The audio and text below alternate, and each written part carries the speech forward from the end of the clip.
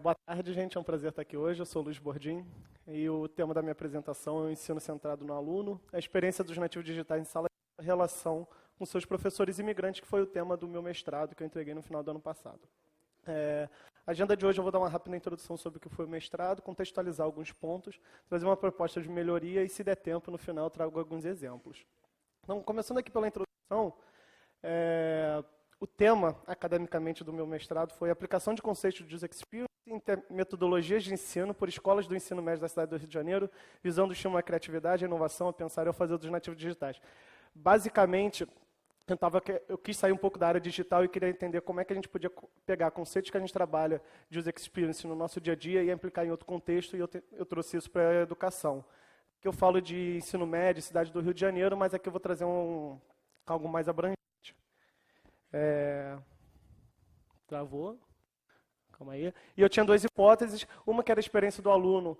Ela pode ser um fator de grande influência no seu aprendizado, tanto positiva como negativamente. E a tecnologia ela deve ser usada para suportar e para atrair esses nativos digitais que estão se afastando da educação. E no final do meu mestrado eu entreguei personas, experience maps, cenários, tanto de professores quanto de alunos, baseado todo no material referencial teórico e em pesquisas qualitativas que eu fiz. Aqui a ideia não é passar por esses 3 pontos, mas se alguém tiver curiosidade, eu posso compartilhar depois. Então, começando contextualizando, eu vou passar por 3 pontos aqui, que é a educação, os nativos digitais e os imigrantes, que são os professores e alunos, e a tecnologia. Então, começando por educação, o mercado de trabalho hoje ele está passando por uma reestruturação e ele vem sendo caracterizado por buscar profissionais com muito mais de inovação, de criatividade do que um viés de reprodução, né?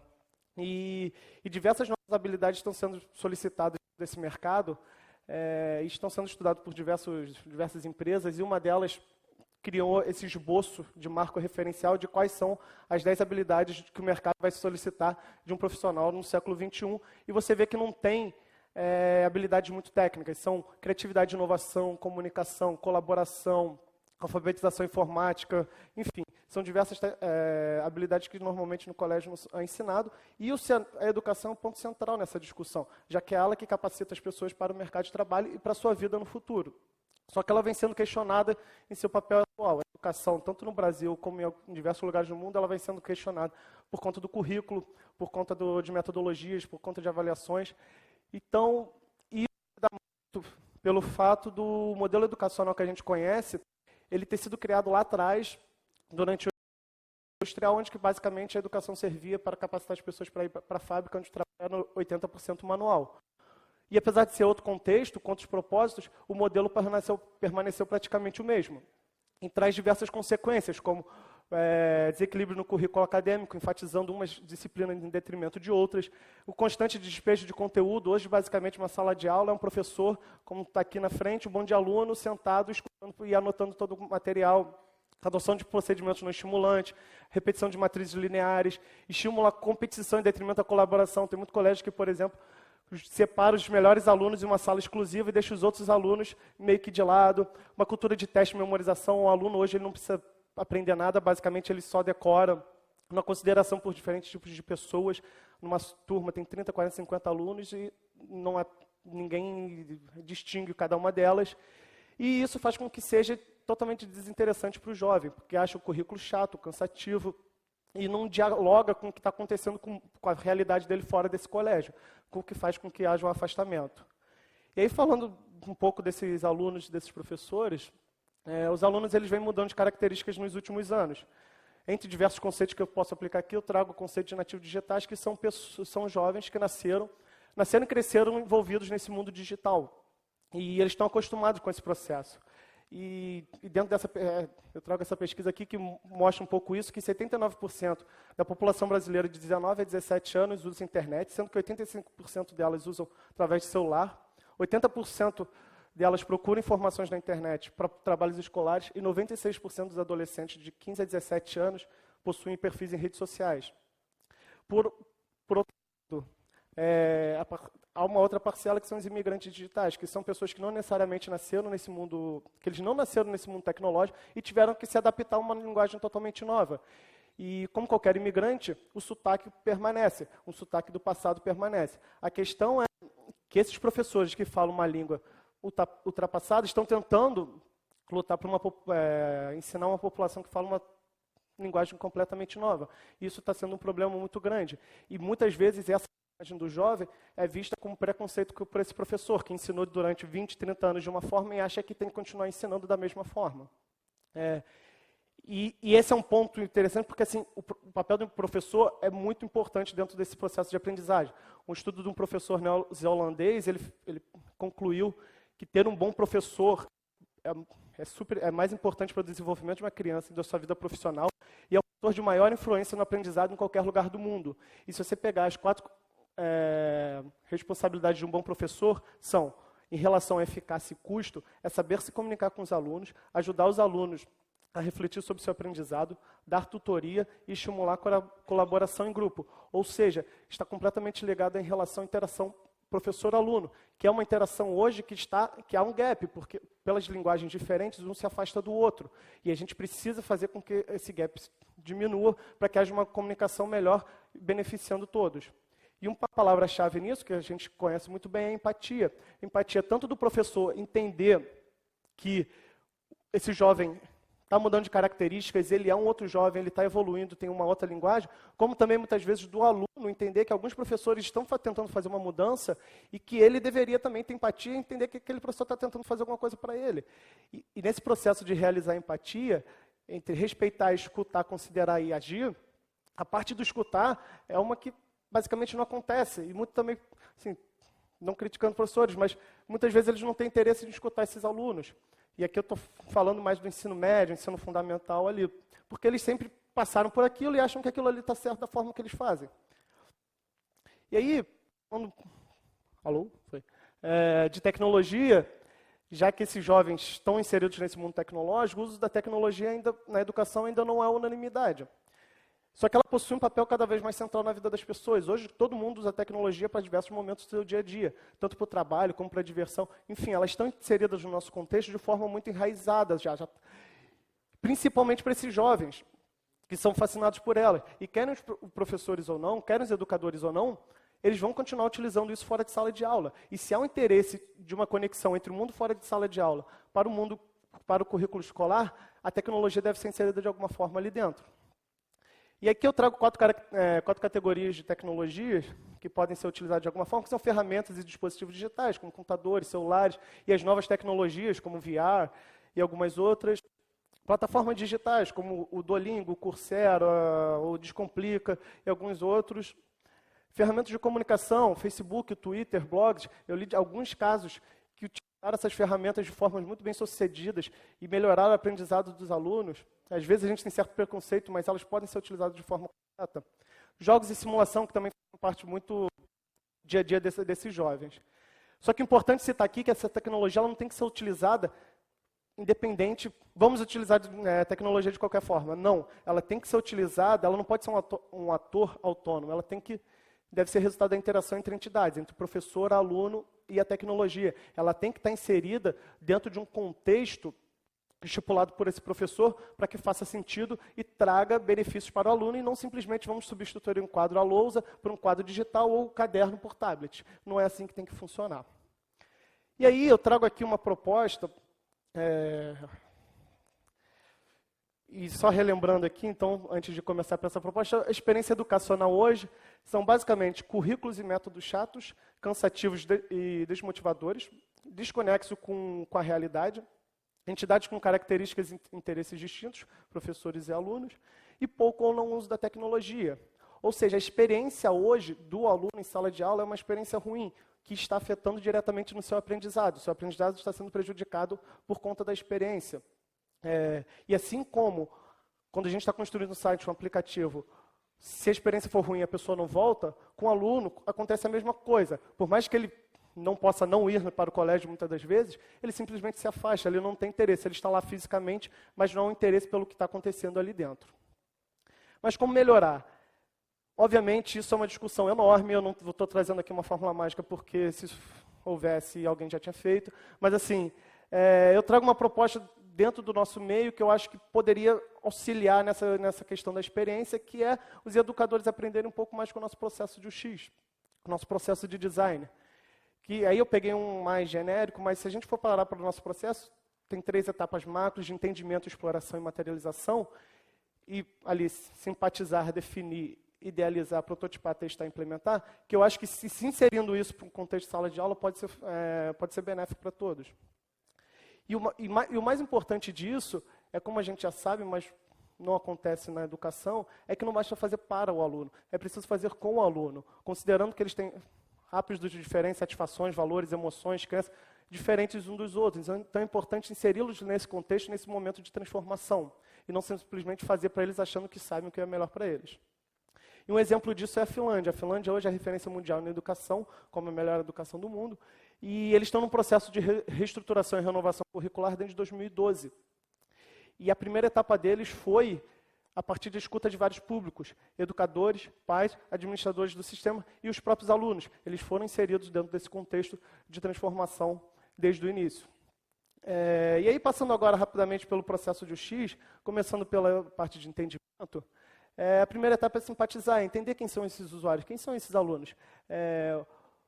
O que está sendo oferecido dentro da sala de aula está correspondendo com as expectativas deles, eles possuem informações necessárias para tomar decisões, eles gostam dos professores, a interação com os professores e outros funcionários está funcionando, o que eles querem para o futuro, enfim, quais são os seus gostos, entender, simpatizar por esse aluno. E aí a gente tem diversos métodos que podem ser utilizados, como entrevista em profundidade, grupo de foco, questionários, user shadowing, entre outros.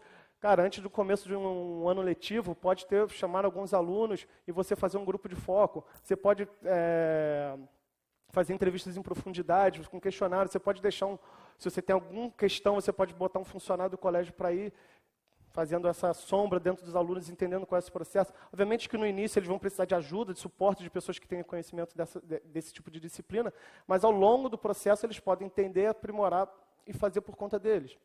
E o importante aqui é escutar os alunos de assuntos mais corriqueiros a assuntos mais complexos. E não só escutar também, geralmente tem aqueles alunos que gostam de falar mais, que estão mais ali dispostos a comentar, mas também pegar as pessoas que são mais silenciosas, mais tímidas. Você precisa escutar todos os tipos e todos os perfis de alunos.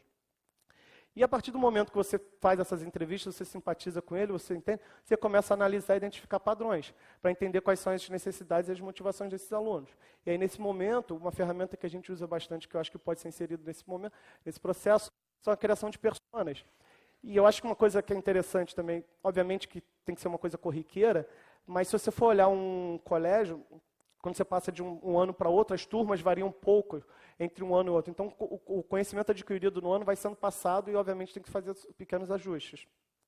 E aí você entendendo quem é esse usuário, você vai para a parte de exploração, de idealizar. E aqui, nesse momento, você pode fazer sessões de cocriação entre professores, você pode juntar outros funcionários do colégio, você pode trazer os pais e, obviamente, você pode trazer os alunos para pensar novas ideias novas para melhorar aquela situação, para melhorar a experiência dele, para pensar numa nova metodologia, numa nova forma de avaliação.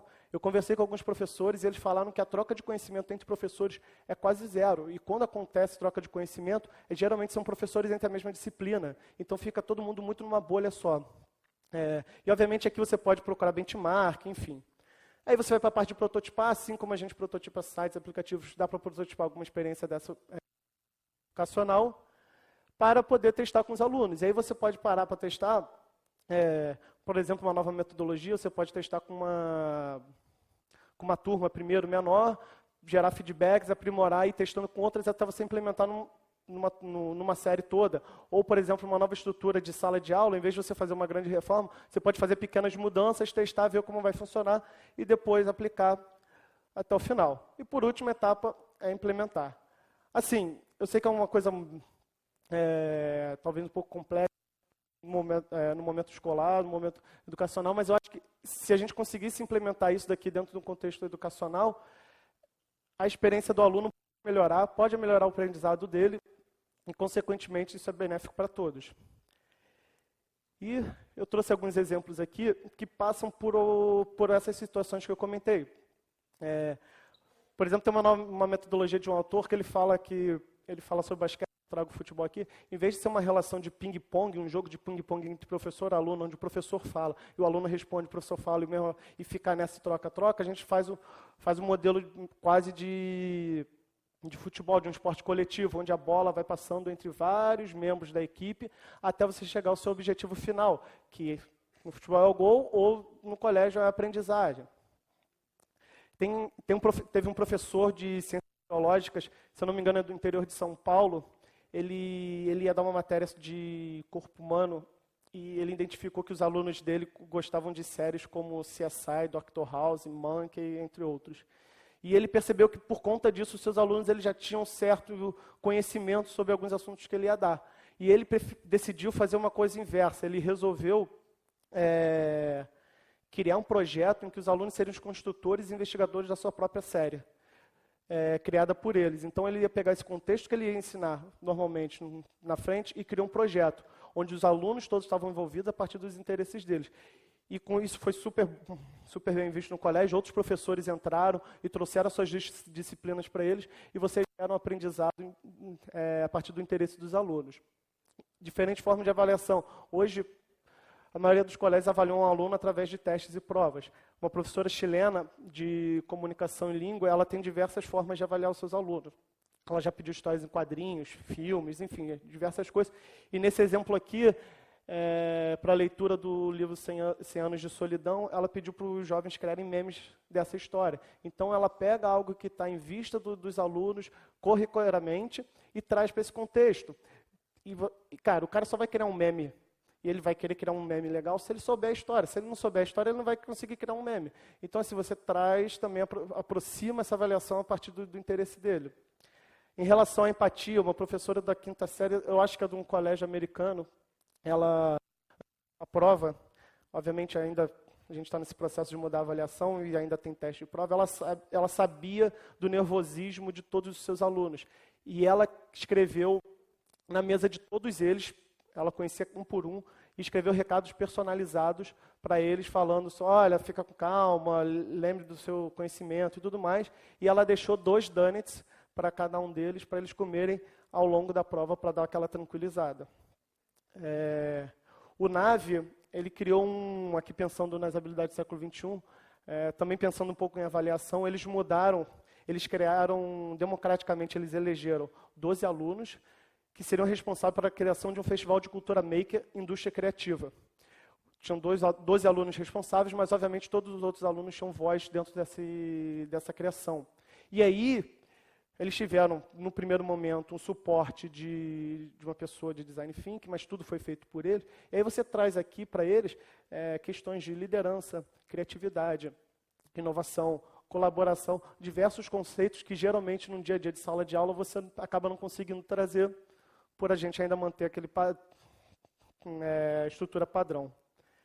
E o uso da aqui que eu trago um exemplo dessa Peer, que é uma startup que ela usa realidade mista, virtual e aumentada, para trazer conceitos científicos abstratos de forma atraente para os alunos. Então, coisas como ondas sonoras, aerodinâmica, o professor reproduz aquilo no VR e depois o aluno ele tira e ele tem um protótipo físico que ele tem que fazer e tentar experimentar aquilo ali. Então você vê que a tecnologia aqui é usada como suporte para o professor dentro de uma disciplina e não simplesmente usada por usar. Então basicamente o que eu vim aqui falar é que o professor tem um papel fundamental dentro dessa estrutura, super importante, ele não vai deixar de existir. Talvez a forma e a atuação dele dentro de sala de aula tem que mudar um pouco, ele talvez tenha que ser mais moderador e direcionador do que uma pessoa centrada. Então, a minha ideia é que a gente tente mudar um pouco essa educação, que hoje é centrada no professor, para que seja uma educação centrada no usuário, no aluno, onde você pega, entende suas características, você entende seus interesses, seus objetivos, e traz isso para dentro de sala de aula com o objetivo de melhorar a aprendizagem dele, que é benéfico para todos. Gente, é isso. Meus contatos estão aqui se alguém tiver interesse. Obrigado.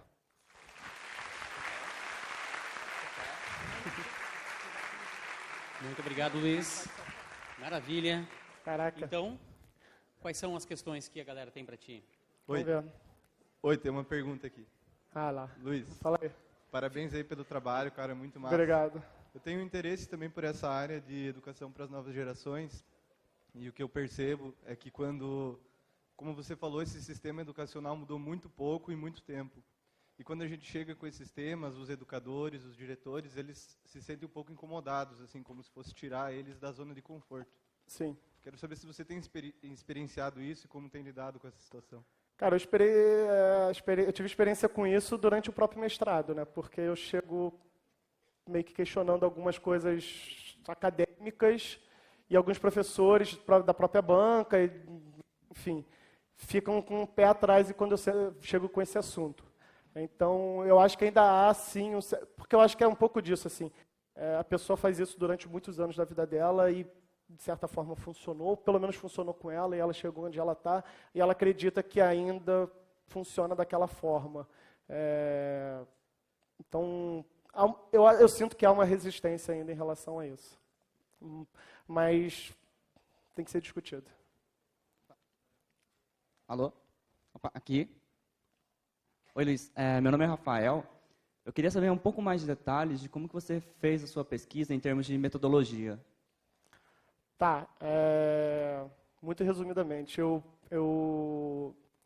fiz toda uma análise teórica que precisa ser feita para o mestrado e eu decidi, como era um mestrado profissional, eu podia entregar um produto. E eu decidi que meu produto ia ser Persona, Cenários e o Experience Map desse contexto. Então, eu fiz toda uma parte, fiz essa parte teórica, depois eu fiz algumas entrevistas de teste, fiz um roteiro, entrevistei professores e alunos dos 2 análises, selecionei alguns perfis dentro do que eu queria, e a partir das entrevistas eu fiz um processo de design normal, assim, de UX, de criação de um produto normal. Entendi qual era o problema, fui pesquisar, entrevistei pessoas, trouxe isso para... analisei todo o resultado, gerei as personas e trouxe algumas possíveis propostas de interação. Qualquer coisa eu posso compartilhar contigo depois. Oi, Luiz. Parabéns pela apresentação. Obrigado. Sou Giancarlo Serrazoli. Eu fiquei curioso se você se você estudou também abordagem construtivista na construção do conhecimento, né? Não é da minha época, mas eu vejo a galera que está vindo aí com essa abordagem que eles são muito mais experienciais do que a gente, né? Sim. Assim, como o meu mestrado ele não era de educação, eu estava dentro de um mestrado de gestão da economia criativa, algumas coisas específicas de educação eu não precisei entrar, então eu não... Existem diversas linhas de educação construtivista, entre outros. Então eu não entrei a fundo, eu dei uma olhada, obviamente, em algumas coisas, teoricamente, tal, trouxe para cá, mas não foi tanto o foco do meu mestrado. Assim, eu acabei pegando mais analisei o problema, tentei ver como é que o X podia aplicar ali. Obviamente, aí, quando você fala disso, você entra em diversas linhas de raciocínio, construtivista, entre outras, que podem estar ali dentro. Quando eu olhei, eu falei, cara, tem um pouquinho disso aqui, dá para puxar daqui, um pouquinho daqui, que dá para puxar daqui. Então, eu não achei nenhuma que fosse 100% do que eu estava falando, mas eu tentei pegar um pouquinho de cada uma. Luiz, te agradecer pela tua apresentação. Obrigado. Eu falo que nada acontece por acaso. A gente veio de Brasília e, enquanto eu estava aqui, eu passei por um processo em relação à maternidade. Eu tenho um filho adolescente, enfim, um conflito onde a minha família lá teve que resolver enquanto eu estava aqui. Uhum. E aí o interessante é ver que a gente pode aplicar o X na maternidade também. Sim. Então, você já me trouxe um outro olhar para quando eu voltar e encarar o problema que tem lá para eu receber, pensar na visão da minha persona que está lá, que é meu filho adolescente. Obrigada. Legal. Pô, fico bastante feliz também de trazer isso para você. Posso? Acho que não vai dar tempo de você responder pergunta, 30 segundos, mas parabéns pelo trabalho. Obrigado. Acho que precisamos desse movimento na educação do Brasil, né, como um todo. A instituição do ensino hoje brasileira está falida, precisamos mesmo de inovação nesse sentido.